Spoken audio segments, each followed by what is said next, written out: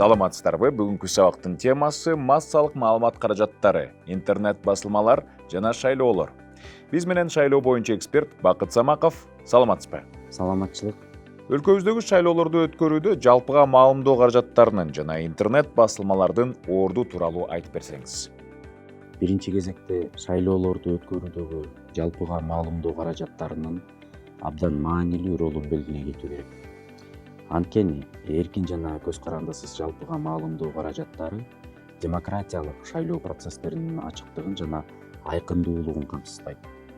Мындан тышкары жалпыга маалымдоо каражаттары шайлоочуларга маалымат берүү, шайлоочуларга шайлоо процессинин бардык этаптары тууралуу толук жана так маалыматтарды жеткирүү боюнча абдан маанилүү миссияны аткарышат. Шайлоону дайындоо тууралуу чечимдерди жарыялоодон баштап шайлоонун жыйынтыктарын жарыялоого чейин. Албетте, ушуну менен эле жалпыга маалымдоо каражаттарынын ролу аяктабайт.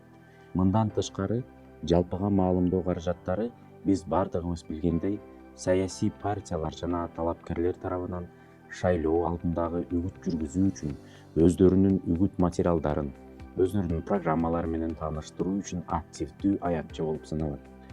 Акыркы убакта жалпыга маалымдоо каражаттары байкоочулар менен бирдей эле шайлоо процессинин өзүнө активдүү мониторинг жүргүзө башташты. Башкача айтканда, алар журналисттик иликтөө жүргүзүшөт. Шайлоочуларга талапкерлер тууралуу, саясий партиялар тууралуу, алардын программалары тууралуу ар кандай маалыматтарды жеткиришет. Ошондой эле жалпыга маалымдоо каражаттары шайлоочулардын өздөрү үчүн дагы белгилүү аянтчы болуп саналат. Башкача айтканда, аларга саясий партияларга, талапкерлерге өздөрүнүн тилектерин жана көрүүлөрүн саясий партиялар жана талапкерлер шайлоо процессиндеги өздөрүнүн аракеттерине түзөтүүлөрдү киргизиши үчүн жеткирүү мүмкүнчүлүгүн беришет. Ошондой эле гезит, телекөрсөтүү жана радио сыяктуу салттуу жалпыга маалымдоо каражаттарынан тышкары ушул тапта интернет басылмалардагы маалымат берүүнүн активдүү катышуучулары жана шайлоо процессинин өзүнүн активдүү катышуучулары болуп саналышат. Ушул фактыны эске алуу менен 2017-жылы конституциялык мыйзамга өзгөртүүлөр киргизилип, ага ылайык интернет басылмалардагы жалпыга маалымдоо каражаттары менен тең укукта шайлоо процессинин субъекти катары таанылган. Башкача айтканда, интернет басылма жалпыга маалымдоо каражаттары сыяктуу эле шайлоо процессинин активдүү катышуучусу, субъекттери болуп саналат. Жалпыга маалымдоо каражаттары жана интернет басылмалар маалыматтар берүүдө, маалыматтарды камсыздоодо өзгөчө маанилүү роль жана жоопкерчиликти алышаарын белгилей кетүү абдан маанилүү. Маалымат шайлоочуга жеткирилип жатканда, бул маалымат так, объективдүү, ар тараптуу жана толук болууга тийиш. Сиз шайлоо учурунда ММКнын бир топ функцияларын санап өттүңүз. Бирок башка дагы маанилүү кошумча функциялар барбы?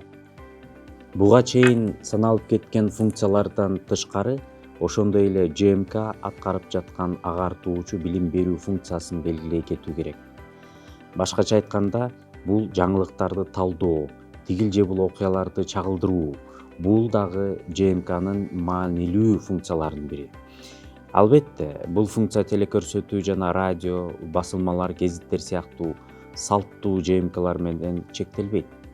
Ушул агартуучу билим берүү функциясына акыркы учурларда интернет басылмалар абдан активдүү катышып жатышат жана интернет басылмалардагы ушундай тапта шайлоо процессинин активдүү субъекттери болуп саналаарын эске алуу менен 2017-жылы конституциялык мыйзамга өзгөртүүлөр киргизилген.